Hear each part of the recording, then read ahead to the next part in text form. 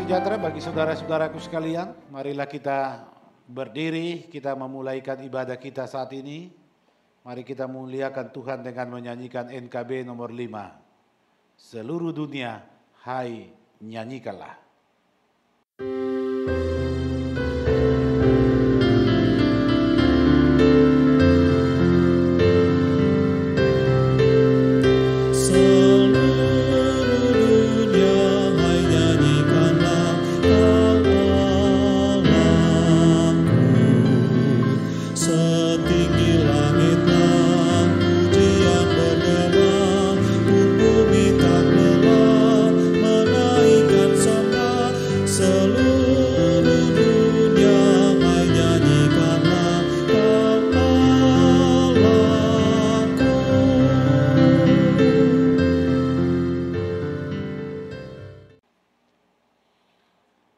Kita masuk pada tahbisan dan salam. Kita tahbiskan ibadah ini.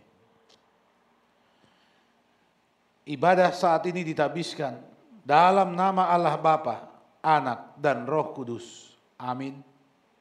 Salam dan damai sejahtera dalam kasih Tuhan kepada kamu.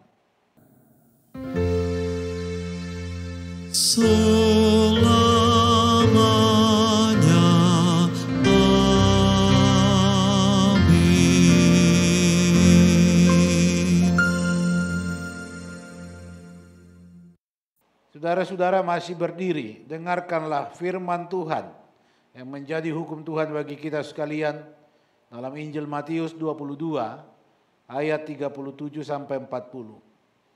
Jawab Yesus kepadanya, "Kasihilah Tuhan Allahmu dengan segenap hatimu dan dengan segenap jiwamu dan dengan segenap akal budimu.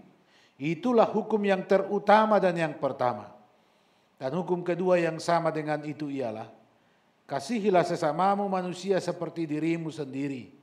Pada kedua hukum inilah tergantung seluruh hukum Taurat dan kitab para nabi." Mari kita sambut hukum Tuhan ini dengan menyanyikan NKB 193. Aku hendak berhati tulus.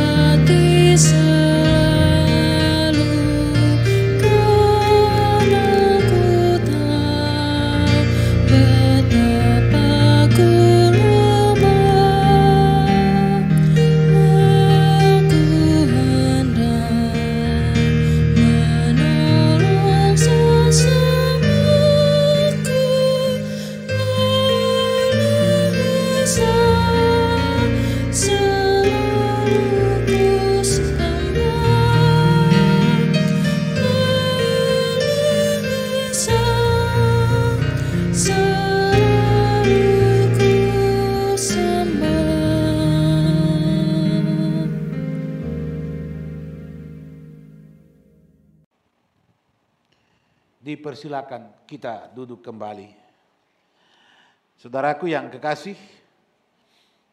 kita sadar di kehidupan ini kita tak mampu hidup sempurna, melakukan dan menuruti segala perintah Tuhan. Kita bahkan berdosa kepada Tuhan. Karena itu marilah kita merendahkan diri. Mari kita mengakui dosa kita kepada Tuhan. Kita memohon pengampunannya. Mari dalam hati masing-masing kita berdoa, kita masuk dalam saat teduh.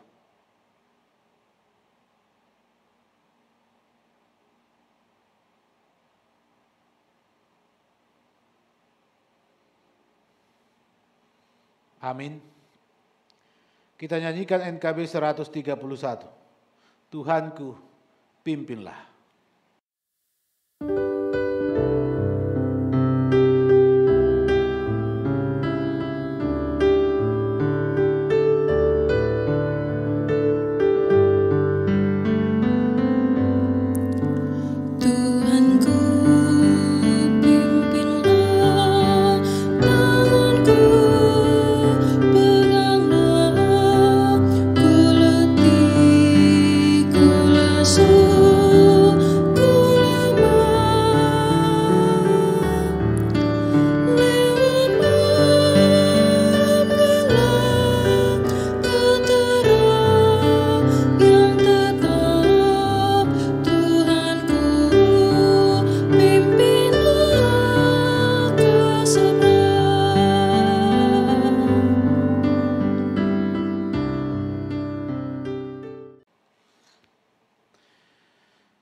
Mari diundang kita sekalian berdiri, kita menerima berita anugerah Allah selaku pelayan Yesus Kristus. Saya memberitakan bahwa pengampunan dosa telah berlaku dalam nama Bapa, Anak, dan Roh Kudus bagi setiap orang yang dengan tulus ikhlas mengakui dosanya dan bertobat kepada Tuhan. Firman-Nya dalam Yesaya 43 ayat 25. Akulah Dia yang menghapus dosa pemberontakanmu oleh karena Aku sendiri, dan Aku tidak mengingat-ingat dosamu. Demikian berita anugerah bagi kita. Kita nyanyikan pujian NKB 162, meskipun di dalam lembah.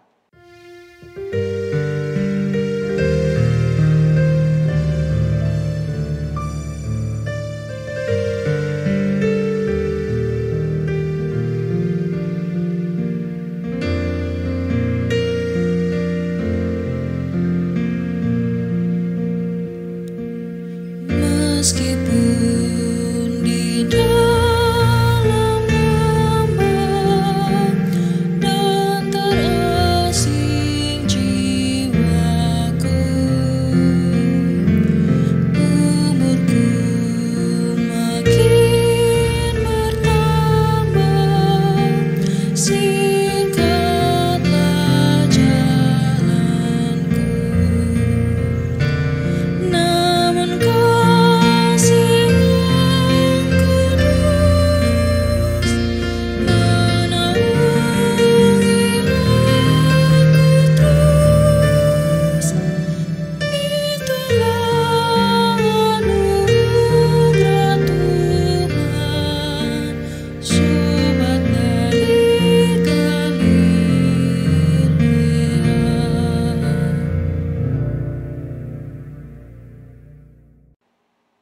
Jemaat Tuhan, disilakan kita duduk kembali. Mari kita berdoa, kita akan membaca dan merenungkan firman-Nya. Kita merendah di hadapan Tuhan Allah. Ya Tuhan Allah, berfirmanlah kepada kami umat-Mu ini, karena firman-Mu adalah pelita bagi kami untuk menjalani kehidupan ini. Berilah kami akal budi dan hikmat. Bimbing dan tuntun kami oleh Roh Kudus, agar kami mengerti, memahami firman-Mu, dan kami dimampukan untuk hidup berdasarkan firman-Mu. Kami telah sedia mendengar, maka bersabdalah Tuhan. Di dalam Yesus Kristus. Amin. Saudara-saudaraku yang dikasihi Tuhan Yesus Kristus, firman Tuhan untuk kita sekalian hari ini terdapat dalam Kisah Para Rasul 16. Kita akan baca ayat 9 sampai ayatnya yang ke-15. Kisah Para Rasul 16 ayat 9 sampai ayat 15. Saya bacakan firman Tuhan ini bagi kita sekalian, mari kita ikuti dengan seksama. Begini bunyinya.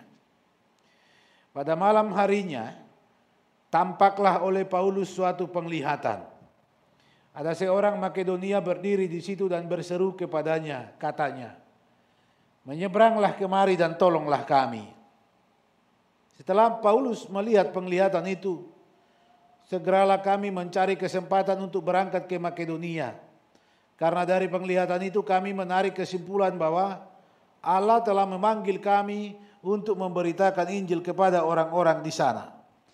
Lalu kami bertolak dari Troas dan langsung berlayar ke Samotrake, dan keesokan harinya tibalah kami di Neapolis. Dari situ kami ke Filipi, kota pertama di bagian Makedonia ini, suatu kota perantauan orang Roma. Di kota itu kami tinggal beberapa hari. Pada hari Sabat kami keluar pintu gerbang kota. Kami menyusuri tepi sungai dan menemukan tempat sembahyang Yahudi yang sudah kami duga ada di situ. Setelah duduk, kami berbicara kepada perempuan-perempuan yang ada berkumpul di situ. Seorang dari perempuan-perempuan itu yang bernama Lydia turut mendengarkan. Ia seorang penjual kain ungu dari kota Tiatira yang beribadah kepada Allah. Tuhan membuka hatinya sehingga ia memperhatikan apa yang dikatakan oleh Paulus. Sesudah ia dibaptis bersama-sama dengan seisi rumahnya, ia mengajak kami, katanya, "Jika kamu berpendapat bahwa aku sungguh-sungguh percaya kepada Tuhan, marilah menumpang di rumahku." Ia mendesak sampai kami menerimanya. Demikian firman Tuhan. Saudara-saudaraku, yang berbahagia ialah setiap orang yang menuruti firman Tuhan, sebab firman Tuhan itu adalah pelita bagi kita dan terang bagi jalan kita. Haleluya.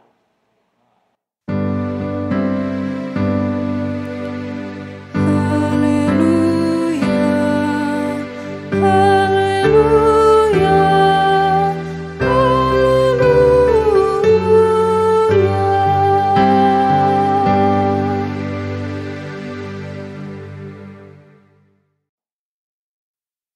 Bapak Ibu saudara-saudaraku yang dikasihi Tuhan Yesus Kristus, dalam catatan Alkitab profil Paulus, saudara-saudara, setelah perjumpaan yang ajaib dengan Tuhan Yesus dalam perjalanannya ke Damsyik, mengalami pertobatan yang luar biasa, hidupnya berubah total.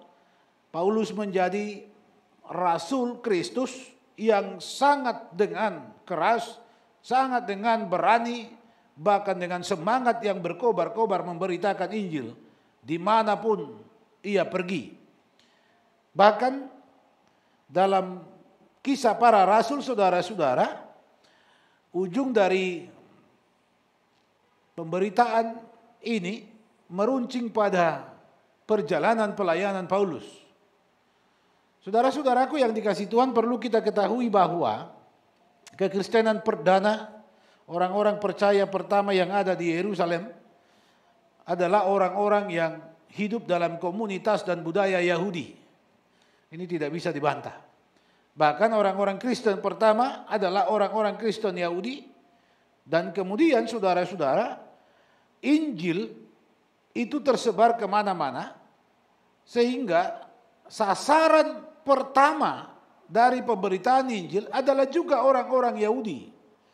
Ada pemahaman bahwa sebagaimana perintah Yesus Kristus, mereka harus memberitakan Injil mulai dari Yerusalem ke Samaria bahkan sampai ke ujung bumi.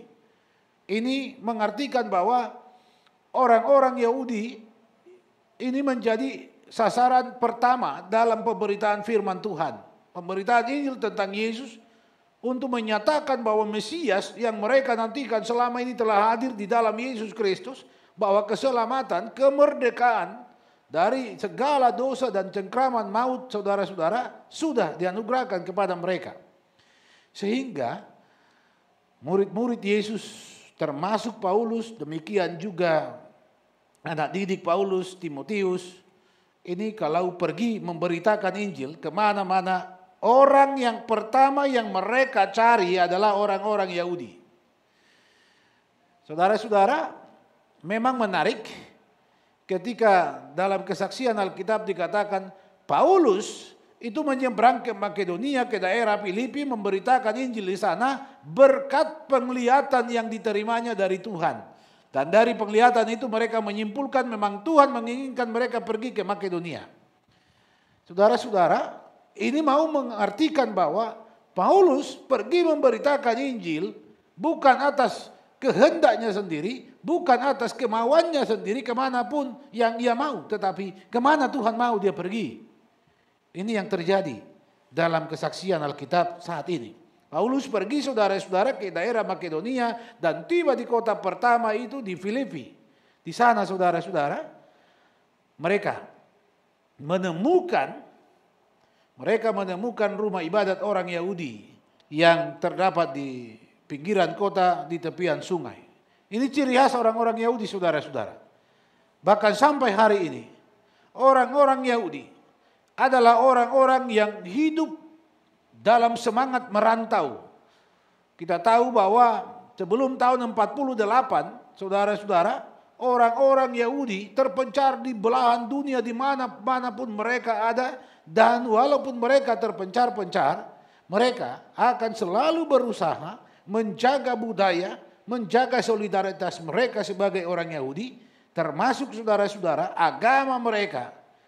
Maka dimanapun mereka hadir, di tengah masyarakat mereka akan membentuk semacam paguyuban, komunitas, tetapi itu bukan hanya komunitas belaka, tetapi mereka bersatu seperti itu karena diikat oleh semangat keimanan mereka, semangat mencintai bangsa dan budaya mereka. Sehingga di daerah Filipi saudara-saudara, Paulus seperti yang mereka duga, di sana pasti ada rumah ibadah orang Yahudi. Mereka menemukan rumah ibadah di sana. Bapak Ibu saudara-saudara, ini tentang bagaimana perjalanan pekabaran Injil di abad-abad pertama kekristenan. Injil itu diberitakan pertama-tama kepada orang Yahudi. Tetapi kemudian nanti saudara-saudara, orang-orang Yahudi ini sebagian besar menolak Injil, menolak Yesus Kristus. Injil itu kemudian tumbuh subur, berakar, berbuah di tengah-tengah komunitas yang bukan Yahudi. Walaupun saudara-saudara harus diakui bahwa dalam setiap pemberitaan Injil itu ada saja orang-orang Yahudi yang kemudian percaya dan memberi diri dibaptis menjadi orang-orang pengikut Kristus. Kali ini saudara-saudara kita mau merenungkan bagaimana proses pekabaran Injil, bagaimana sebuah peristiwa yang mengubah hidup seseorang dan apa yang terjadi pada hidupnya dan apa buah dari apa yang telah terjadi itu. Di Filipi, saudara-saudara, ketika Paulus menjumpai rumah ibadat orang Yahudi, mereka bercakap-cakap di sana, Paulus memberitakan Injil di sana, dan di sana ada perempuan-perempuan yang sedang berkumpul. Di antara perempuan-perempuan ini ada satu perempuan yaitu Lydia. Lydia saudara-saudara tercatat dalam hidupnya adalah orang yang saleh. Orang yang percaya kepada Tuhan. Orang yang beribadah kepada Tuhan. Tentu saudara-saudara sebelum itu dia tidak pernah mendengar tentang Kristus. Lydia menjadi orang yang kemudian memberi dirinya dibaptis, menjadi percaya, menjadi pengikut Kristus di daerah Makedonia. Kenapa bisa saudara-saudara? Kenapa hanya Lydia? Kenapa dengan perempuan-perempuan yang lain? Saudara-saudara, Lydia seorang penjual kain ungu dari kota Tiatira, beribadah kepada Allah. Ternyata ada di sana. Kemungkinan saja saudara-saudara, Lydia ini sedang menawarkan barang-barangnya, dagangannya kepada perempuan-perempuan Yahudi yang ada di sana. Tetapi kemudian dia turut mendengar Injil yang diberitakan oleh Rasul Paulus, dan Lydia menjadi percaya. Dia memberi diri dibaptis bersama seisi rumahnya. Mereka percaya, seisi rumahnya percaya. Seorang perempuan, seorang Lydia kemudian membawa satu rumah tangga percaya kepada Yesus Kristus. Kenapa ini terjadi? Ini yang menjadi pokok perenungan kita. Ada apa? Saudara-saudara, kesaksian Alkitab dengan jelas mengatakan, dalam bacaan kita dikatakan bahwa Tuhan membuka hati Lydia. Ini yang pertama. Mau dikatakan kepada kita sekalian, siapapun saudara, siapapun kita, siapapun orang lain, tidak akan pernah menjadi orang yang percaya kepada Tuhan Yesus kalau Tuhan sendiri tidak membuka hatinya. Tidak ada seseorang yang berkuasa, tidak ada seseorang yang mampu untuk membuat orang lain percaya di kehidupan ini kalau hatinya tertutup. Tuhan membuka hati Lydia. Ini yang pertama saudara-saudara. Hatinya terbuka sehingga ketika ia mendengar Paulus menyampaikan Injil, dia memberi perhatian terhadap apa yang didengar, dia kemudian menjadi percaya. Saudara-saudara yang dikasihi Tuhan, apa yang dialami oleh Lydia ini, apa yang disaksikan oleh Alkitab kepada kita hari ini, menjadi refleksi bagi saudara dan saya, bagaimana kita menyikapi kehidupan kita beriman. Bahwa hati menjadi pintu utama dan pertama bagaimana seseorang itu beriman kepada Tuhan. Kalau hati sudah tertutup, hati sudah membatu, saudara-saudara jangan pernah bermimpi ada iman di dalam hidup saudara.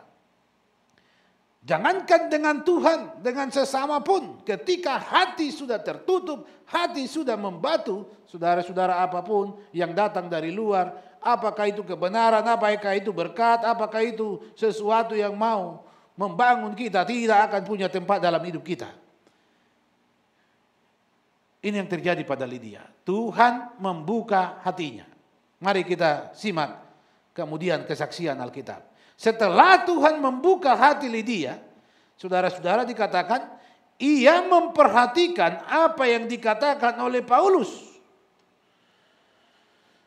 Setuju atau tidak saudara-saudara, di kehidupan ini banyak orang dan semua kita pernah mendengar, tapi tidak selalu memperhatikan. Oleh karena itu jangan heran bahwa seseorang bisa dengan mudah melupakan apa yang didengarnya. Bisa dengan mudah kemudian kehilangan apa yang didengarnya karena ia tidak memberi perhatian terhadap apa yang disampaikan kepadanya. Saudara-saudara yang dikasihi Tuhan, ini bersangkut paut juga hubungannya dengan iman kepada Tuhan. Bahwa memang iman lahir dari pendengaran, tetapi pendengaran akan firman Tuhan. Kalau pendengaran tidak disertai dengan perhatian, maka sama, percuma. Iman tidak akan pernah tumbuh dan dibangun. Satu yang sering menjadi pertanyaan dalam hidup manusia adalah salah satu karakter manusia yang tidak baik di kehidupan ini adalah ia selalu akan suka mendengar dan memberi perhatian terhadap apa yang ia dengar, padahal yang didengarnya itu sesuatu yang tidak membangun, sesuatu yang tidak penting, sesuatu yang tidak berguna baik bagi dirinya maupun bagi orang lain. Bahkan boleh dengan kasar dikatakan, orang-orang terlebih suka mendengar apa yang tidak baik, terlebih peka dan memberi perhatian terhadap apa yang tidak membangun, yang tidak berguna. Sudah itu secara psikologis orang selalu ketika diajak untuk melupakan segala sesuatu, dia malah melakukan sebaliknya. Dia malah mengingat-ingatnya. Saudara-saudaraku yang dikasihi Tuhan Yesus Kristus, Lydia menjadi orang yang percaya kepada Yesus Kristus. Lydia menjadi orang yang diselamatkan, yang mengalami sukacita karena dia telah menerima anugerah meterai keselamatan di dalam dan melalui baptisan bersama seisi rumahnya. Kenapa ini bisa terjadi? Yang pertama, Tuhan membuka hati Lydia. Bapak Ibu saudara-saudara, siapakah yang memegang hati kita? Di mana kunci pintu hati kita ada sama kita. Jadi kalau Tuhan membukanya dan kita mau menolaknya, kemudian tidak mau membuka juga, ya sama saudara-saudara. Tuhan membuka hati Lydia karena Lydia adalah seorang yang beribadah kepada Tuhan. Akhirnya Tuhan masuk di dalam hatinya. Dan ketika dia mendengar Paulus memberitakan tentang Kristus, juru selamat itu, dia memberi perhatian terhadap apa yang dikatakan Paulus dan dia diberkati. Saudara-saudara dapat disimpulkan, iman lahir dari pendengaran, pendengaran yang disertai dengan perhatian akan firman Tuhan, dan pada akhirnya akan membawa menghantar seseorang untuk menikmati suatu sukacita iman di dalam Tuhan.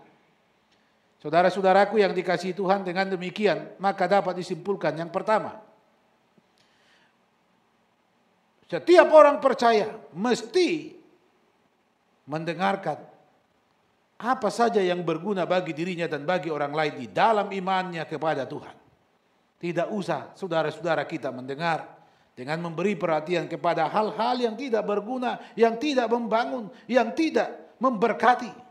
Yang kedua, berilah perhatian ketika mendengar segala sesuatu yang berguna, yang memberkati kita, yang membangun iman kita. Karena tanpa perhatian, kalau hati sudah dibuka, maka perhatian akan tertuju kepada apa yang didengar. Dan yang ketiga, saudara-saudara belajar dari pengalaman dan kesaksian Lydia. Lydia menantang Paulus, Timotius untuk menumpang di rumahnya.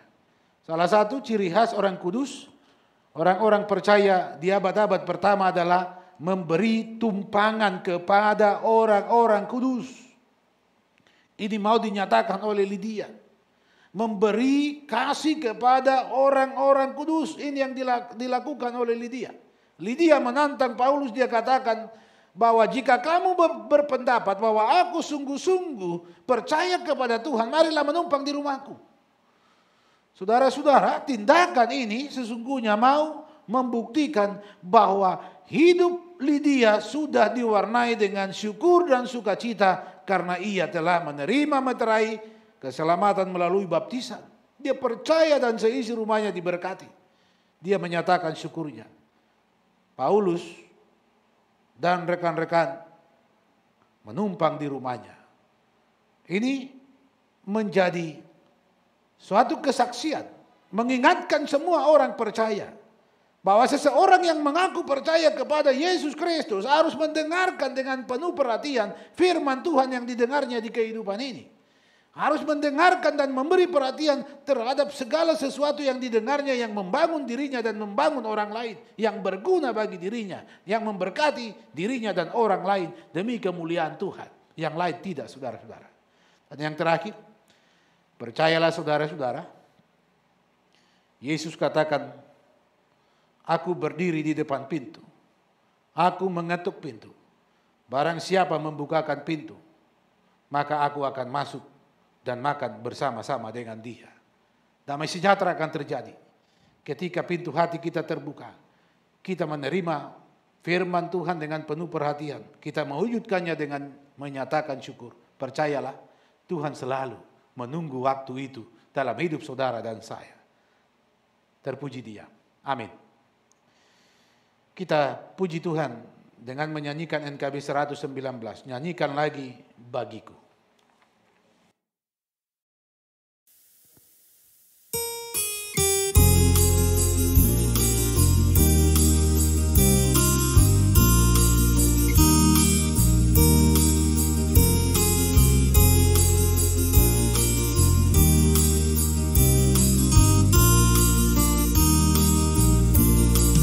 Nyanyikan lagi bagiku firman kehidupan.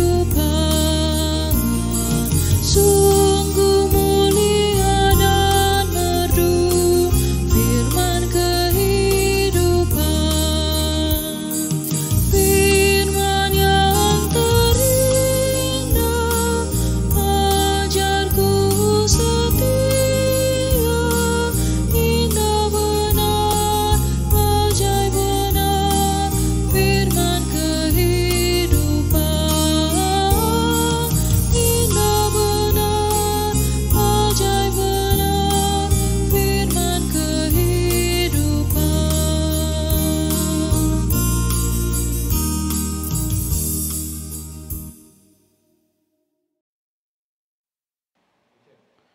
Marilah kita berdiri bersama sekalian orang Kristen di sepanjang segala abad dan yang ada di segala tempat. Saudara-saudaraku, kita ikrarkan pengakuan iman Kristen yang suci menurut versi pengakuan iman rasuli. Aku percaya kepada Allah Bapa yang Maha Kuasa, Khalik langit dan bumi, dan kepada Yesus Kristus anaknya yang tunggal Tuhan kita, yang dikandung daripada Roh Kudus, lahir dari anak darah Maria, yang menderita di bawah pemerintahan Pontius Pilatus, disalibkan, mati dan dikuburkan, turun ke dalam kerajaan maut. Pada hari yang ketiga bangkit pula dari antara orang mati, naik ke surga, duduk sebelah kanan Allah Bapa yang Maha Kuasa, dan akan datang dari sana untuk menghakimi orang yang hidup dan yang mati. Aku percaya kepada Roh Kudus, gereja yang kudus dan am, persekutuan orang kudus, pengampunan dosa, kebangkitan daging, dan hidup yang kekal. Amin. Dipersilakan kita duduk kembali. Saatnya kita ungkapkan syukur kepada Tuhan dengan memberi persembahan bagi kemuliaan namanya, firman-Nya dalam 1 Tawarik 29 ayat 9 bagian A. Bangsa itu bersuka cita karena kerelaan mereka masing-masing, sebab dengan tulus hati mereka memberi persembahan sukarela kepada Tuhan. Firman Tuhan ini menjadi dasar kita untuk memberikan persembahan syukur. Kita nyanyikan NKB 197, Besarlah Untungku.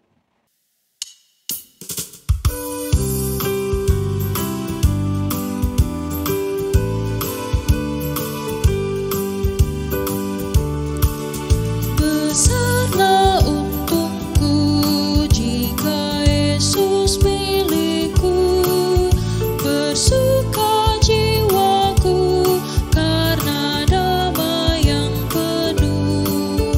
Meskipun angin keras, badai dunia mengderu, tak goyah hatiku karena Yesus milikku. Benar-benar besarlah untungku, benar-benar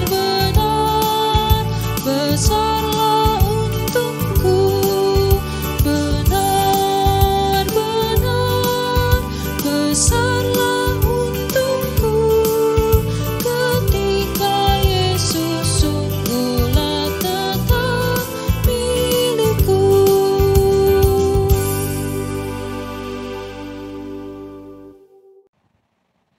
Mari kita berdiri, kita menyerahkan persembahan kita kepada Tuhan. Di dalam doa kita berdoa. Bapa Surgawi, sumber segala rahmat, kasih karunia dan berkat, kami bersyukur bahwa Engkau telah melibatkan kami dalam pekerjaan-Mu melalui persembahan ini, yang kami ambil dari berkat-Mu juga. Ajarlah kami untuk menggunakan dengan baik segala berkat-Mu yang masih ada pada kami. Teruslah Tuhan memberkati kami agar kami menjadi berkat bagi dunia ini. Persembahan kami ini berbau harumlah di hadapan-Mu dan membawa hormat dan kemuliaan bagi nama-Mu di dalam Yesus Kristus. Amin. Kita nyanyikan NKB 134. Terima kasih ya Tuhanku.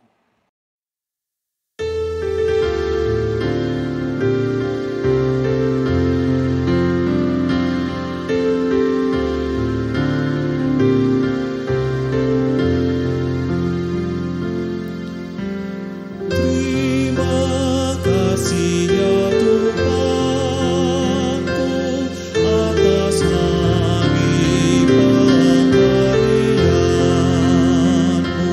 hari baru limpah rahmat dan dipenuhi oleh kasih-Mu, Kau curahkan pada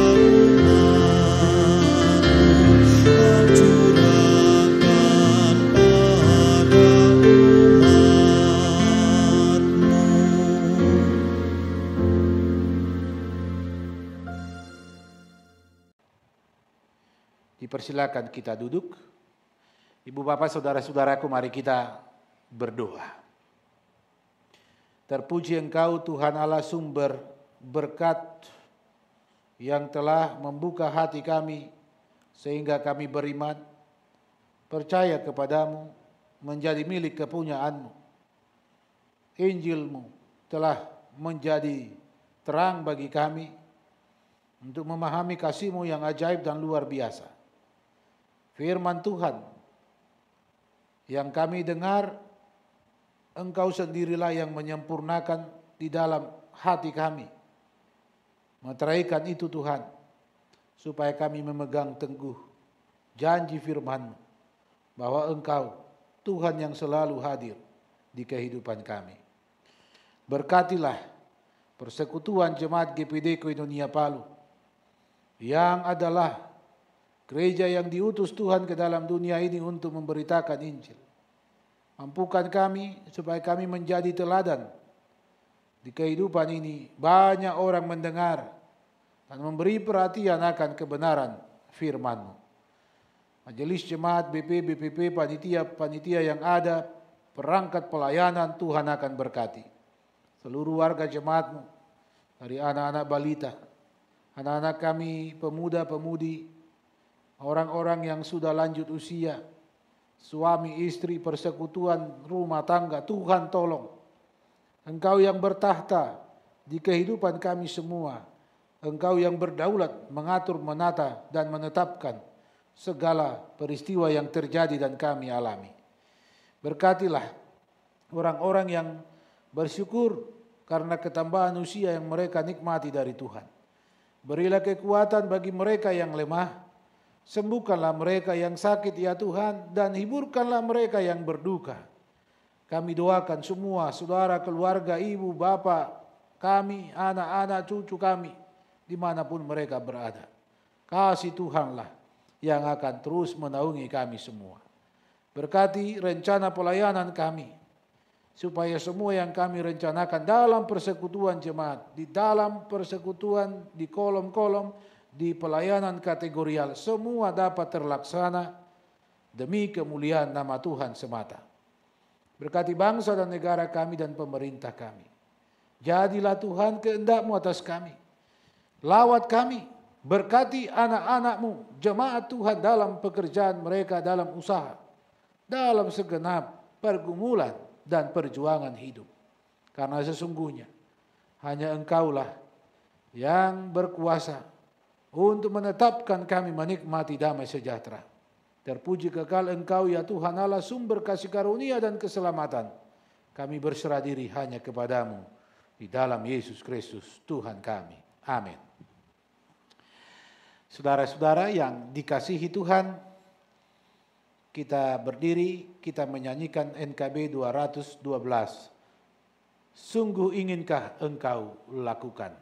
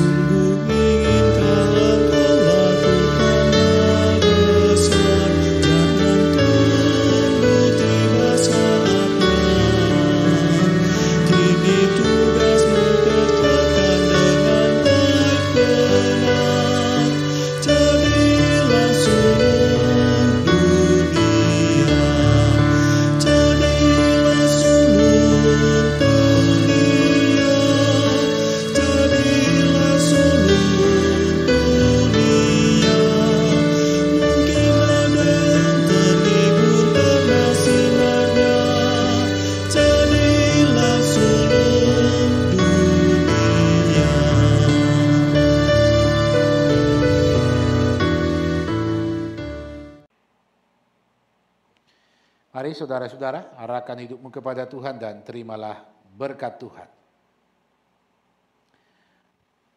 Diberkatilah dan dilindungilah kamu oleh Allah yang Maha Kuasa, Bapa, Anak, dan Roh Kudus. Amin.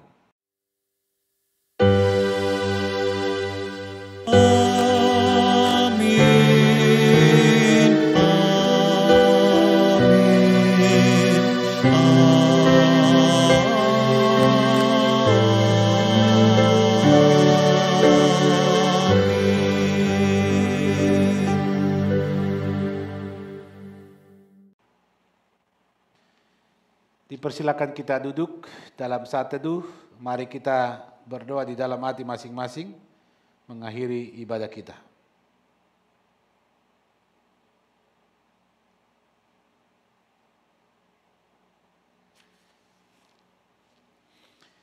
Saudara-saudara, demikianlah ibadah kita saat ini.